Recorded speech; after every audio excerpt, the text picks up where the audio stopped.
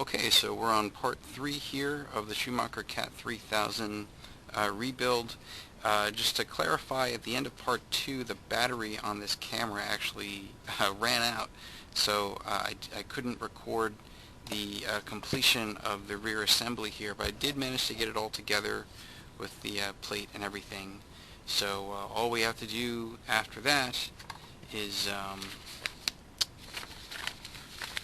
put this little guy right here onto the back, and then we're set for that. I didn't realize I'd skipped a few steps ahead in the manual when I started there. I really should be starting with the motor mount here. So we're going to do this part next. Hopefully I have a new belt, we'll see. But anyway, let me actually get this part on first. So that's, if we go back here, just to complete that step, because I don't want to leave any stone unturned here. That's all shock stuff. Strap support, so that's J number 4, 1/4 inch. Alright, so it's 25 over 4. It's about a 6mm screw that would secure this to this. So here, I'm going to take, so I don't like the idea of using these self-tapping screws, so we're going to not use them. I'm going to get me a nice metric screw, and I should have plenty of 6mm screws in here. Let's see if we can find a button head. 6mm. Oh, here we go. Perfect. 3x6.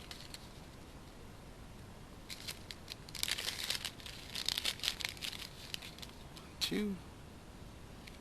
Yeah, it's about the right length. All right. Okay. So, put these aside. Let me clean this piece off too. It's a little bit dirty.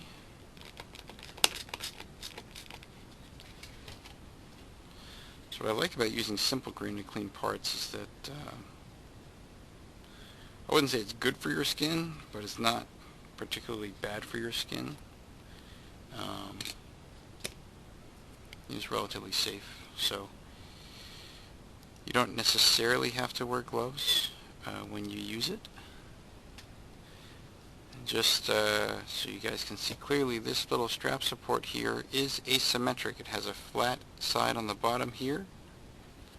Maybe easier to see like this. There's a flat side on the bottom, and then it rounds off, and the top here is a bit more round. So make sure the orientation is correct when you screw this in.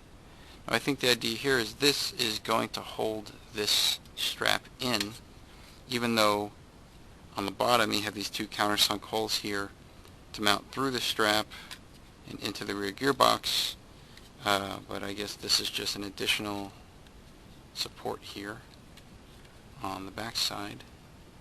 If I had to guess, if I remember correctly, the under tray could actually, well, no, that screw hole pitch is too small for that. But if you want to be clever, you could probably find a way to slot the under tray under this somewhere.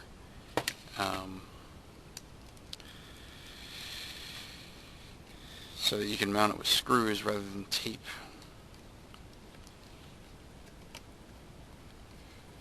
But usually what I do is, when I set up the under tray, I'll just find, certain holes on the back side of the chassis that I think will be good for bracing the under tray, and I'll just poke holes in the under tray for those, maybe 4 holes or so, and then I'll slot those holes through the under tray. So even though you're protecting, let's say, most of the chassis, it's just those 4 screws that, would see a little bit of abuse on like hard landings, as the chassis scrapes against the track surface. Because I don't trust tape to hold an under tray. Alright, no, needs a little bit more on this side. Okay, that one's in. That one's in. Alright, now on to this. So when I did the teardown, I did talk about the presence of an ABS system, which I actually have right here. And what I'm going to do is, I think the instructions I put in one of these bins. Yeah.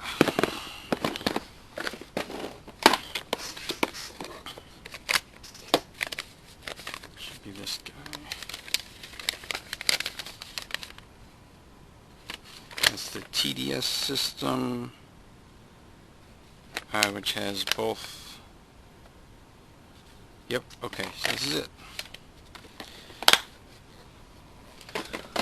So the whole idea here is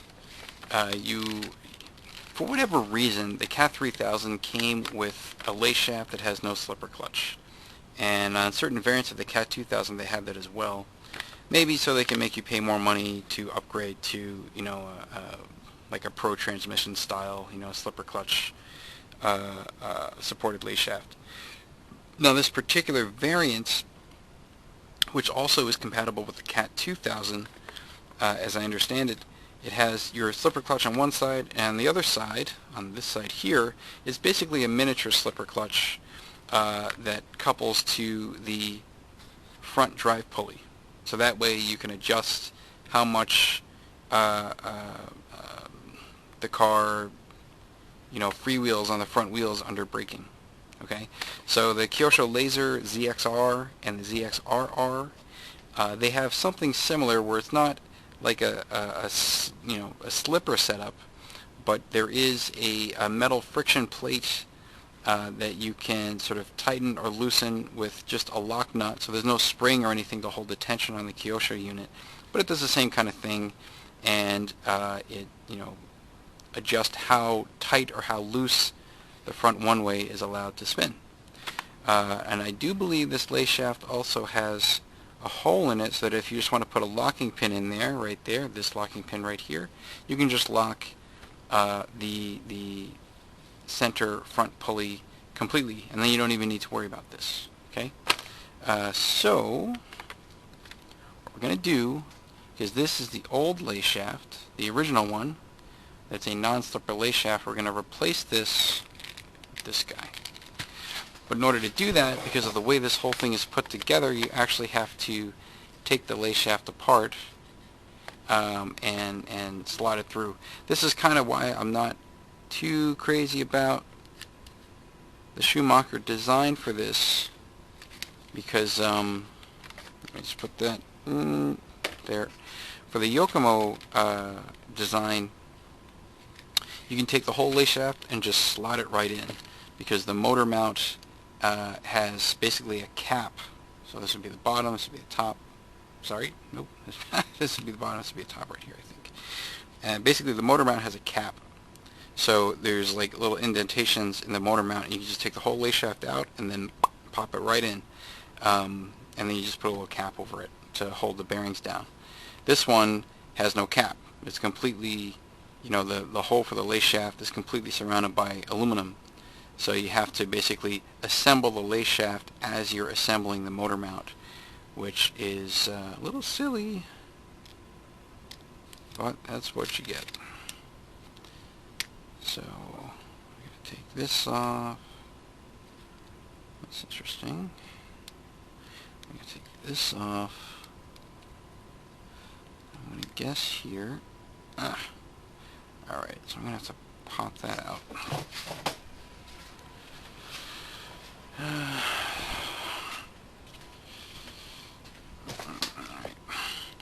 don't think I'm going to be able to work on this for as long as I did for the combined parts 1 and parts 2, at least not tonight. But we'll see. Okay, so that goes there. We can save that for later. Yet another pin. All these wonderful pins.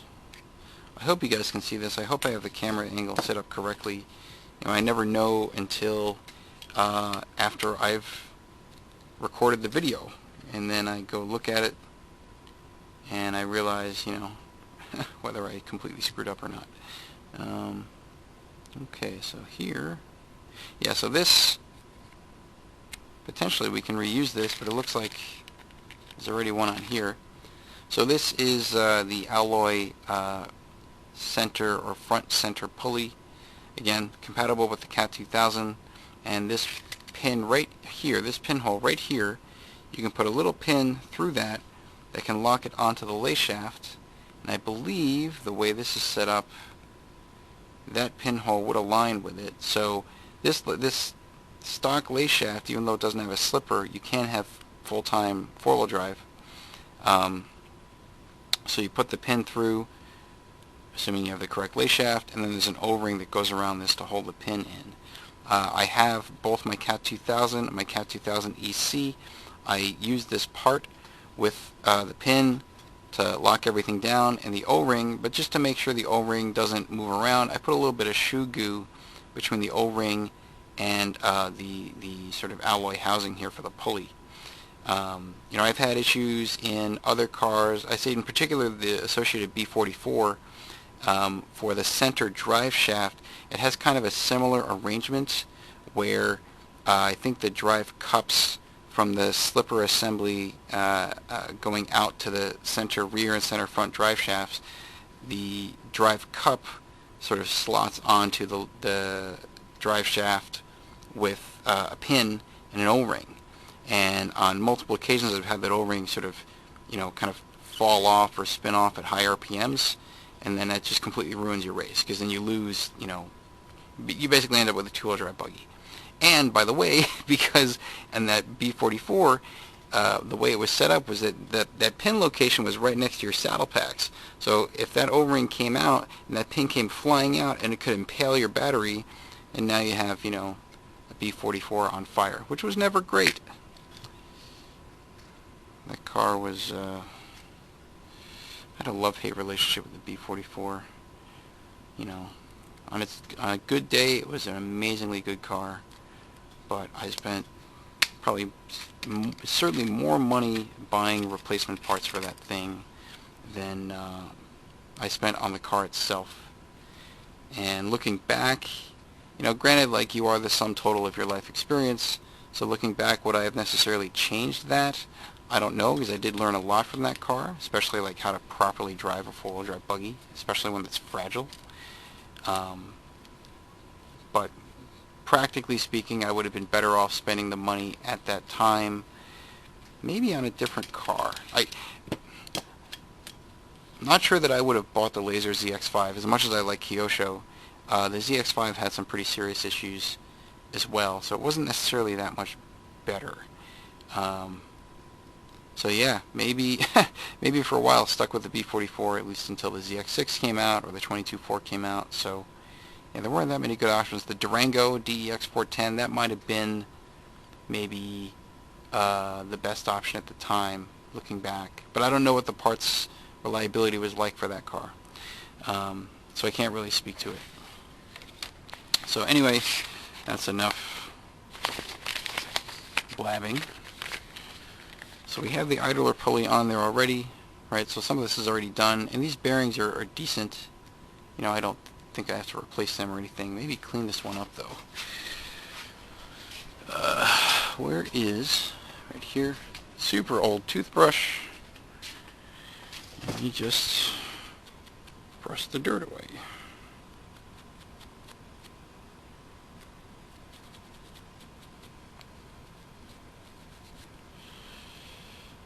Yeah, so around the 2011 time frame, what would have been the best four-wheel drive buggy to have? Many would say the B44, but you could argue that that's just because that was the most used car, right? Like, you know, some of the reasons why Team Associated wins so many world championships because they just stack the mains. If every car on the grid is a RC10, then of course it's going to win. One of them is going to win.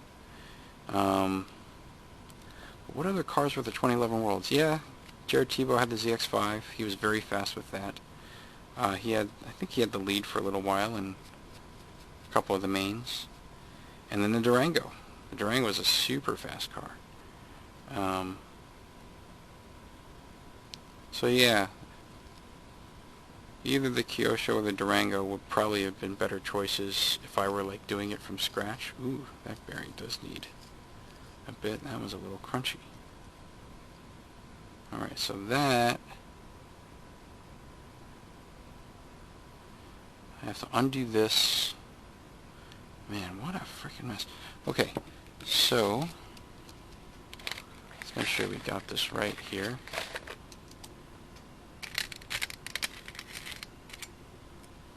You know what? I'm just going to screw this back in here. I don't need this. Don't remember if I had an issue. This. Oh, no. Oh, I see. So I gotta get my pliers. Hold that down. Come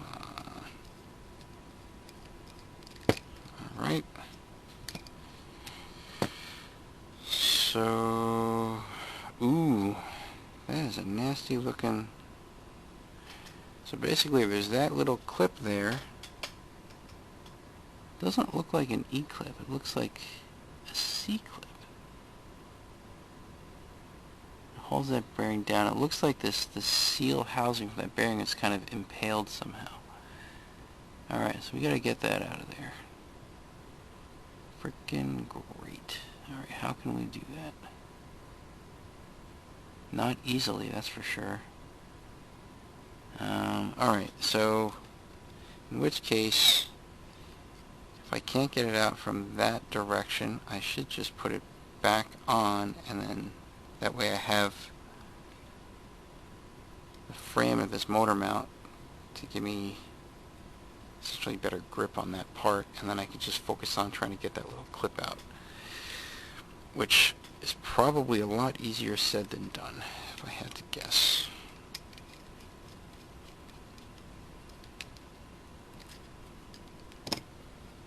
Let's see, what does the manual say about doing that? Doesn't say anything about it. There's the Idaho Pulley, which is that guy. And then you put this in. See this piece here. Idaho Pulley goes on the bottom. Oh, I see. So that goes in the... No, it's not that one I'm worried about. It's this one down here. So they don't even talk about that in this particular build manual. So it looks like those holes were maybe optional. That's what it kind of looks like. Hey, what do we got here? You even see it on this. So on the motor mount, you do see the hole right here. There's another one right here for this bearing, but they don't show bearings explicitly going into there. So I think when they built that motor mount, those particular bearings weren't necessary, but they were optional. Well, I guess that's good news, and I could just take this thing off. But it will help to lock the pulley down, kind of like the ZD304S part for the YZ10, or like the Suzuki motor mounts for the YZ10. They have, you know, similar kinds of holes to put roller bearings there, so you can hold the belt down and keep it from skipping, which I would argue, especially on the YZ10, is really important because the rear belt tension is not adjustable on that car. And so, you know, as the center, the slipper hub, the pulley that's on that hub starts to wear even just a little bit, that can cause some skipping if you're running like a really high torque motor. And so, you know, the incentive would be to just put a brand new pulley on there if you don't have that special motor mount. But then you're just wasting a perfectly good part that's just ever so slightly worn. You know, better to just put a roller bearing on there. And I would like to, think I have enough magnesium motor mounts for that car that I could probably play around with, just drilling holes in those just to experiment with bearing placement. You know, it doesn't have to be a perfectly placed hole either. Like here, this is slotted, so you can move it in and out to adjust you know, the tension. In this case, this is a pulley, but you can do the same for a bearing. You could slot that hole and move the bearing in and out. Okay, anyway, I'm getting ahead of myself. So, what I'll do, I'm kind of inclined to be lazy here, because I don't even think I have anything that can get in here and take this clip out. Because like normally what I do is I just use the pointy end of this guy, which has certainly gotten more dull over time, but even when this was new it wouldn't have been pointy enough to get in here if it were an E-clip, and I could just, like, you know, pry out, like say here for example. Alright, I can just put it into this little opening here on either side and just pull it out. But this clip doesn't have that. It's perfectly, like, there's no gap in here. And this is on there pretty tight. So if I'm honest, I don't think I really have a way of getting that out, unless, yeah, like, you probably need a special tool for that I don't have. It's not as simple as like using pliers at a particular angle or anything like that, because these two, the ends of that C-clip are such that they're recessed behind the leading edge of the circle that they go around, so you can't just like take a flat surface like, you know, like a tweezer or something, and put, you know, the top end on this piece and the bottom end on the clip and just sort of push it back. It's not going to work that way. So, you know what? I'm just going to take it off. I don't like that. You know, normally I would like to solve the actual root cause of the problem, but I really don't want to scratch this too bad. But since it's an optional part, god damn it, I'm shooting myself in the foot here. I don't need it anyway. And I do also have, well, this guy is for I think the front pulley, so this would be for the back pulley maybe.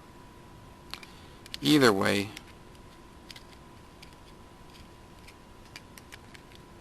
god damn it.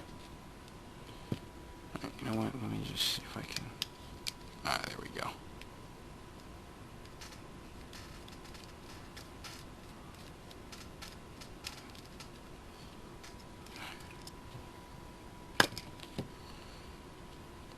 You still have this guy here that I can move up or down.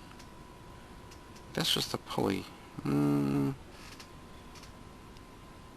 It's like a guide pulley. Yeah, an idler. Okay. So I think we'll still be alright in terms of adjusting belt tension to minimize skipping. But we'll see. We'll see for sure. Put that back. I know I got tools everywhere. Not the most, well, I'm organized in my own way, but on an absolute scale I'm not terribly organized. Okay, let's take this ABS unit out.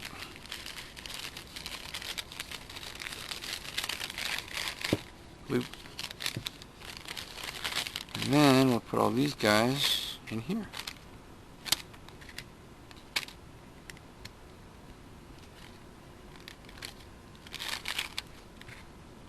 Guy and these pins.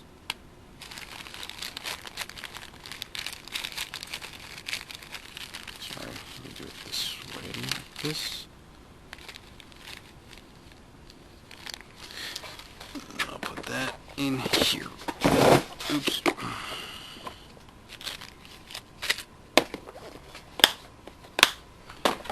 Okay. Now, let's get to business.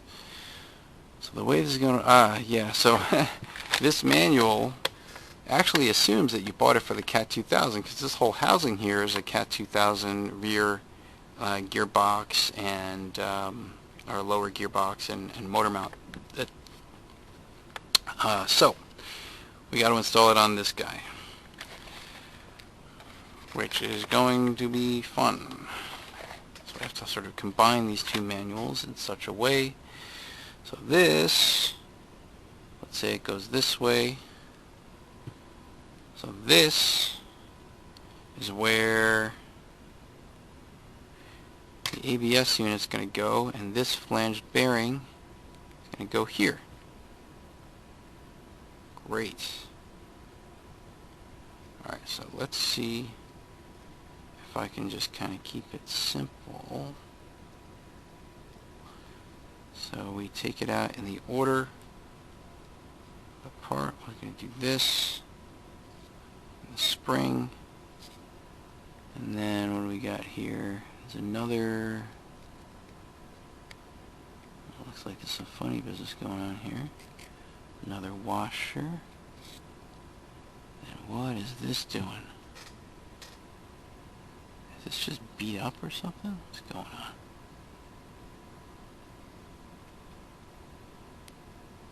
So that is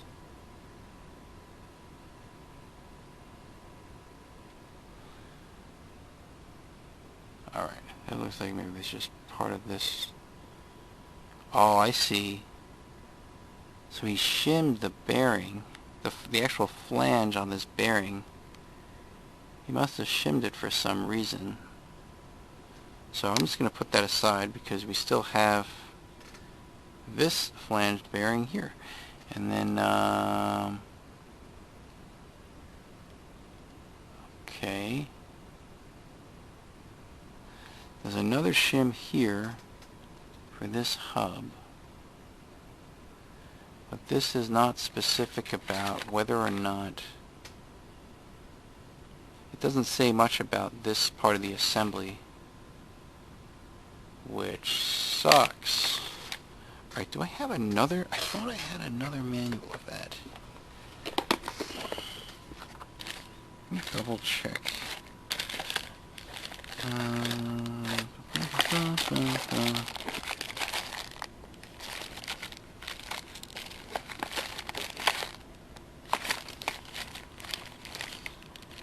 This, oh, here we go. Some more ABS documentation. Alright, maybe this will be better. It's probably the exact same piece of paper. Yep. Nope. So this is U2021U. I see. So they had a lay shaft with no slipper but the ABS setup, and then another lay shaft with the slipper and the ABS setup. Got it. But either way, it doesn't tell you much about this hub assembly here on that side. So we gotta figure that out. Okay, fine. Fine. It looks like we have enough parts here to do a whole other ABS system, which is great. So maybe I'll put one on one of my CAT 2000s. I don't know.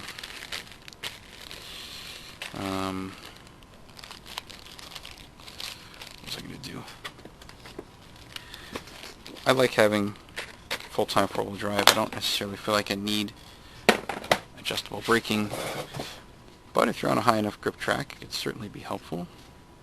Alright, so let's assume that this shim is supposed to stay there. So then that flange is an outside flange, which is going to go there. And then, so is that how it would go?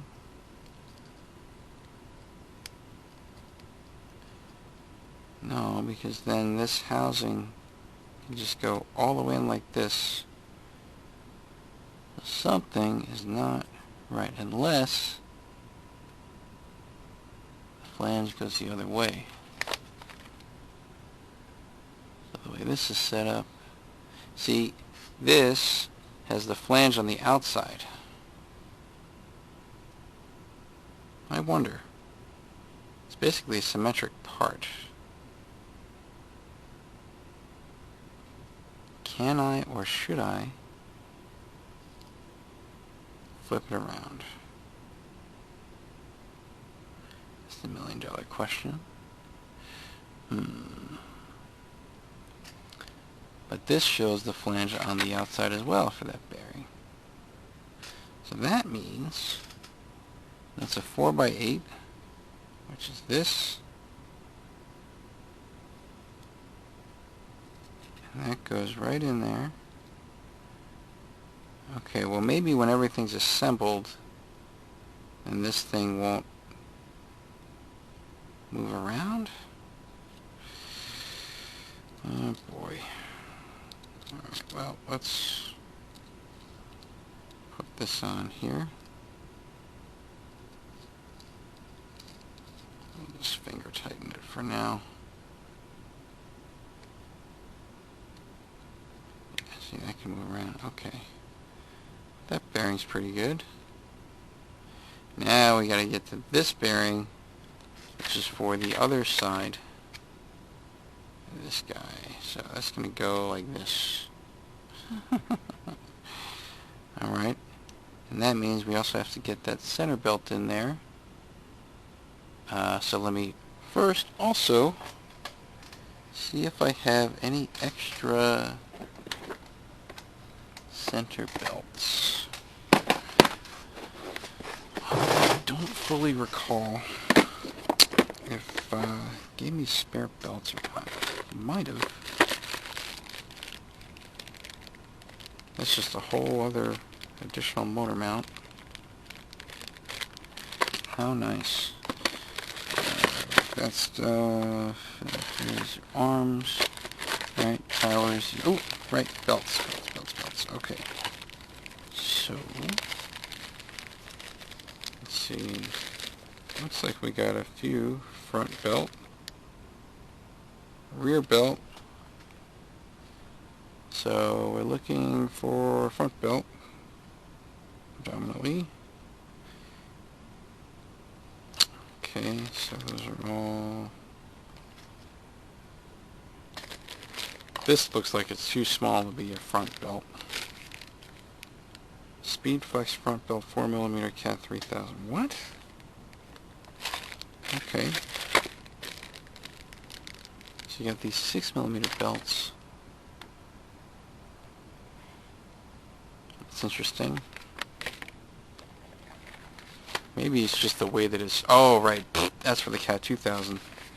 CAT 3000 is a shorter belt. Of course it is. Alright. So let's just make sure... We got... So this is front belt, and that is part number 2277. Or for the Speed Flex variant, 2279. This... Alright, I'm just going to assume... Those are probably the same. This is just an empty bag that you put another belt in there. Okay, so what's special about the Speed Flex? It has yellow text on it. Right, you can see the Speed Flex belt has yellow writing. I guess standard ones have some white text. You see, so there's that. Okay. I think I know what belt I'm going to use. This one right here. Alright.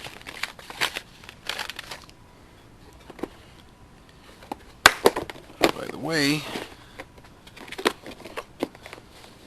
I really should take these bits if I want to be more organized. And yeah, maybe that too.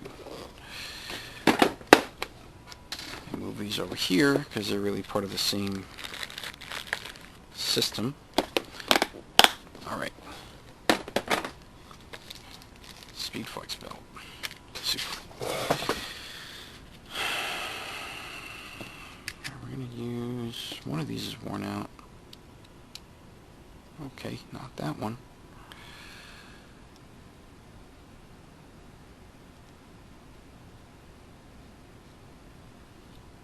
So now this is a bit more complicated because we have to take off the slipper assembly on this side and some pins. There's that pin for the slipper hub. Whoa, what the heck?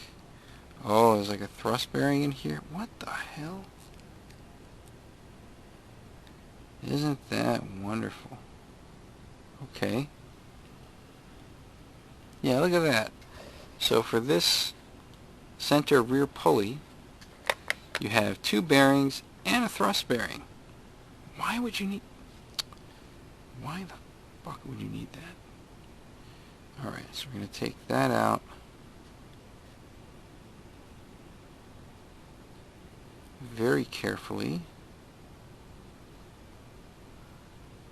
And then the shim. The flange is going to go on that side like this. Alright. So let's see. This bearing is okay, I think. It's actually pretty good. This one as well.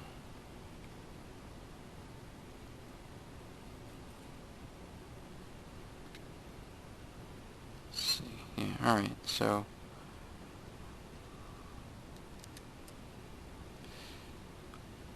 remember what they say about Schumacher cars being totally over-engineered? Well, here you go. Needlessly complicated. Needlessly complicated. The thing is, I actually can't do that. I gotta put the belt in first and then all this other stuff. So, gotta love it.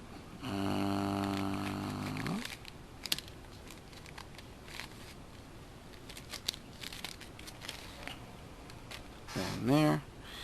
So now, okay, so before we do this, I have to do this, then this,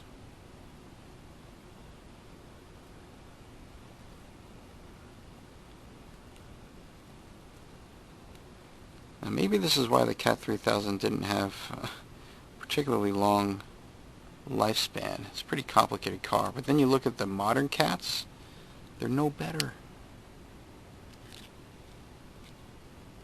The drivetrains are equally silly. Alright, so that goes on there. Great. Then we have this pin. That's going to be for the slipper hub. Let's make sure we got shit. Oh, wow. Ain't that something? Alright, so that means... God damn it. This one, yeah, it's going to go on this way. Right, because this... Oh, wow. That locks onto this pulley. Yeah, what could possibly go wrong with a setup like this? What a mess.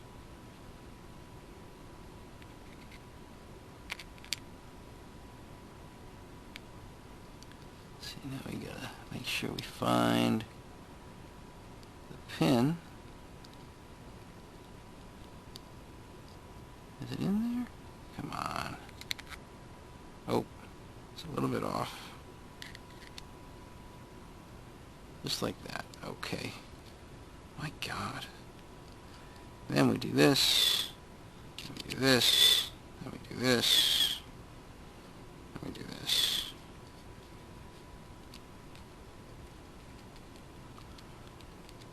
Now, I've built a lot of RC cars in my time. And that is by far the most pain in the ass center drivetrain setup I've ever done. But who knows? The Laser ZXS Evolution doesn't look like it's going to be that much better. the way the gearbox assembles on that in the rear. Oh my god.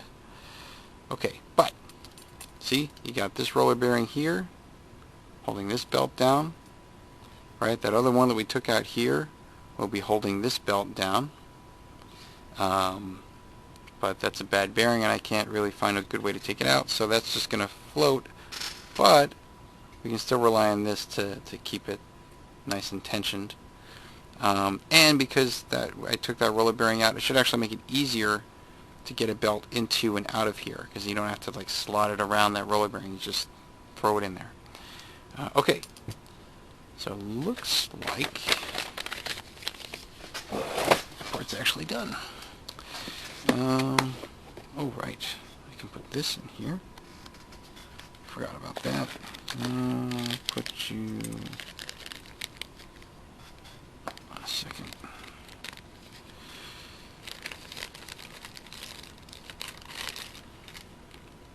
Plop.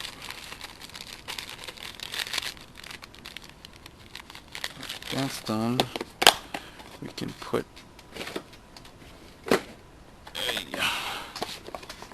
this little manual back. Let's put it in here. Seems like a good place to put it. And finally, move on.